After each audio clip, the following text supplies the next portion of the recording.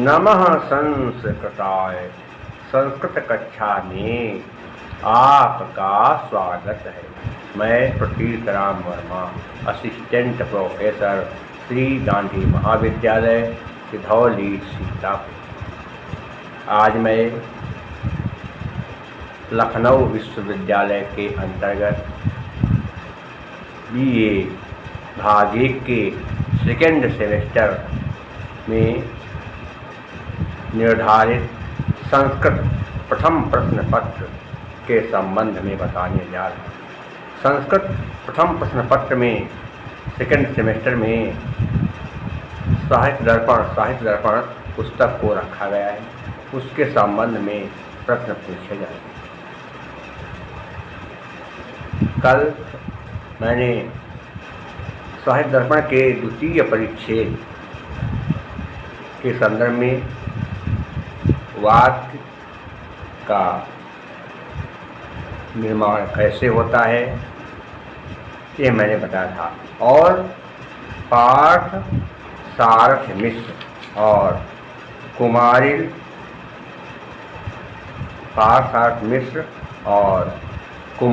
जो मीमांसक थे, उनके आधार पर मैंने बताया था कि आकांक्षा, योग्यता और सन्निधि के सहयोग से वाक्य का निर्माण होता है। इसी में वाक्य का निर्माण कैसे होता, दूसरा सिद्धांत कौन सिद्धांत था, अभिहितान्वयवाद, और दूसरा सिद्धांत है क्या, अन्विताभिधानवाद। इसके समर्थक प्रभाकर गुरु और सालिकनाथ मिश्र। अन्विताभिधानवाद सिद्धांत के समर्थक प्रभाकर गुरु और सालिकनाथ मिश्र।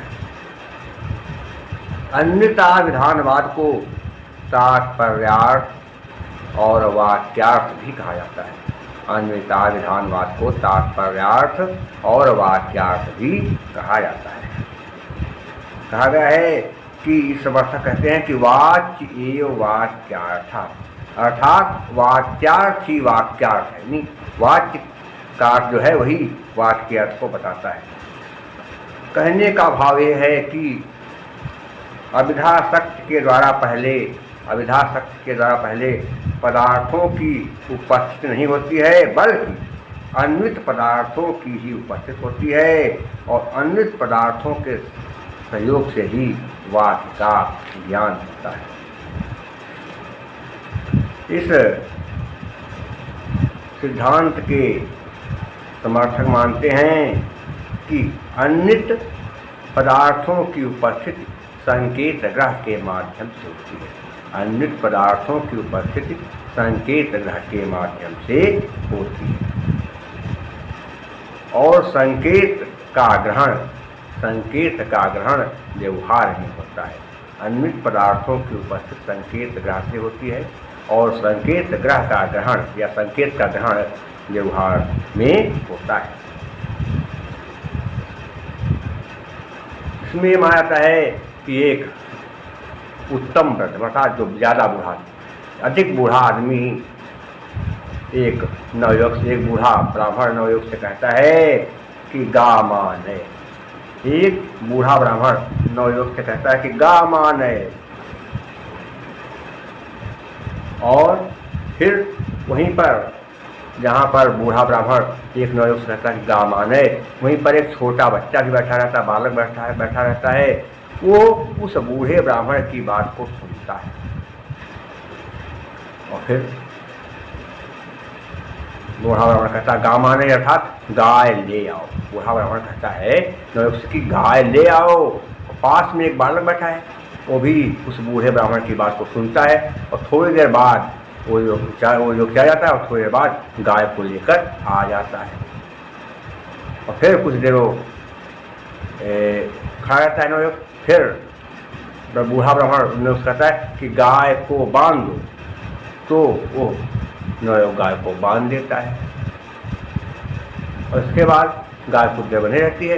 इसके बाद फिर वही ब्राह्मण कहता है लोग से कि गाय को ले जाओ, गाय को ले जाओ, और फिर ऐसा कहने पर वो नवयुवक गाय को लेकर वहाँ से चला जाता है।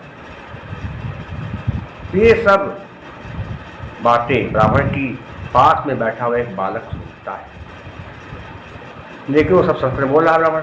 तो बालक उसकी भाषा को तो कुछ समझ नहीं पा रहा है, बालक ब्राह्मण की भाषा को नहीं समझ पा रहा है, लेकिन उस नवयुवक के व्यवहार को देखकर, उसकी प्रवृत्ति और निवृत्ति को देखकर को समझ जाता है कि पहले जो ब्राह्मण ने इससे कहा है कुछ उसका मतलब ही हुआ कि गाय ले आओ, फिर देखे गाय लेकर आ गया। और फिर जब उसने दोबारा से कुछ कहा है तो इसका मतलब ये हुआ, और फिर जब इसके कहने ब्राह्मण के कहने पर इस नवयुवक ने उस गाय को बांध दिया, कहीं इस नवयुवक ने गाय को बांध दिया, तो इसका मतलब है गाय को बांध दे कहा। और फिर ये नवयुवक से फिर ब्राह्मण ने कुछ कहा कि गाम नए, तो वो बच्चा समझ नहीं पा रहा कि क्या कह रहा है, तो समझ रहा है कि इसका मतलब जो दोबारा उसने कहा है इसका मतलब क्या हुआ कि गाय को ले जाओ, इसीलिए नवयुवक गाय को लेकर के चला गया है। तो भले ही उस बालक को संस्कृत का ज्ञान नहीं, कुछ भी नहीं ज्ञान है, लेकिन ब्राह्मण ने जब नवयुवक से कहा कि गाम आने, गाय को लाओ, और तुरंत नवयुवक गया और एक गाय को लेकर आ गया, तो बालक समझ गया ये ब्राह्मण ने जो कुछ कहा है हम भले समझ नहीं पा रहे, इसने जो कहा है वो भाषा है जो हो, लेकिन इसका मतलब है कि गाय को ले आओ, फिर गाय लेकर आया। और फिर इसने कुछ कहा है इससे, तो उसने गाय को बांध दिया, तो इसका मतलब ये है तो ब्राह्मण ने कुछ कहा है उसका मतलब ये है कि इसने कहा कि गाय को बांध दो। और फिर कुछ देर बाद इसने कहा ब्राह्मण ने नवयुवक से कि गाम नए, तो इसका मतलब क्या है गाय को ले, और फिर नवयुवक गाय को लेकर चला गया। तो कहने का मतलब यह है वो बालक समझ गया कि इसका मतलब है कि गाय को ले जाओ। तो संकेत के द्वारा भी व्यवहार में कुछ बातें ऐसी होती हैं कि हम किसी को जब एक दूसरे से व्यवहार करते देखते हैं तो हम समझ जाते हैं कि ये क्या कह रहे हैं, उनके कहने का क्या मतलब है।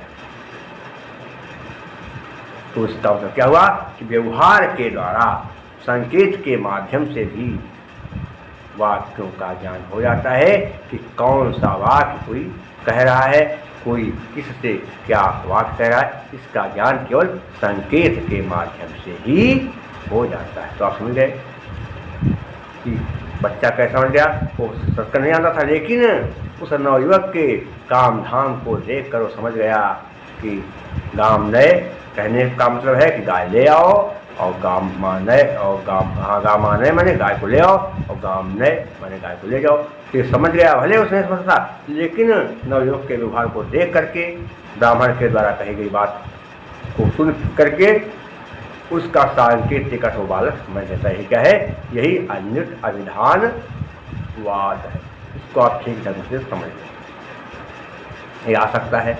और खासकर हो सकता है डिस्क्रिप्शन हो, उसमें पूछाएगा कि अन्यता विधान के समर्थक कौन हैं, तो कौन कौन हैं, प्रभाकर गुरु और शालिकनाथ मिश्र, इसी ध्यान में। बाकी इसमें वाक्य पूरा नहीं आएगा कहानी, इसकी ध्यान में। अभिधान में वाक्य कौन है, पार्थ सारथी मिश्र और कुमारी भट्ट, ये मीमांसक थे, और इनको माना था कि शायद न्यायिक लोग हैं, शालिकनाथ और प्रभाकर गुरु न्यायिक लोग माने जाते हैं, शायद पक्का नहीं कर सकते, देखना पड़ेगा। तो ये आज के लिए इतना ही। आप लोग मेरे वीडियो को देखते हैं लेकिन उसको लाइक और सब्सक्राइब नहीं करते, तो यदि आप वीडियो देखें तो समझ में आ जाए तो उसे लाइक और सब्सक्राइब ज़रूर कर दिया करिए। तो उससे जो है हमें लगता है कि बच्चे इतना जो है उत्साहित है, पढ़ते हैं, मेरे को समझ में आ जाता है। तो आज के लिए बच्चों इतना, शेष मैं आपको अगले अंक में पढ़ाऊँगा, अगले वीडियो में बताऊँगा। तब तक के लिए नमः संस्कृताय।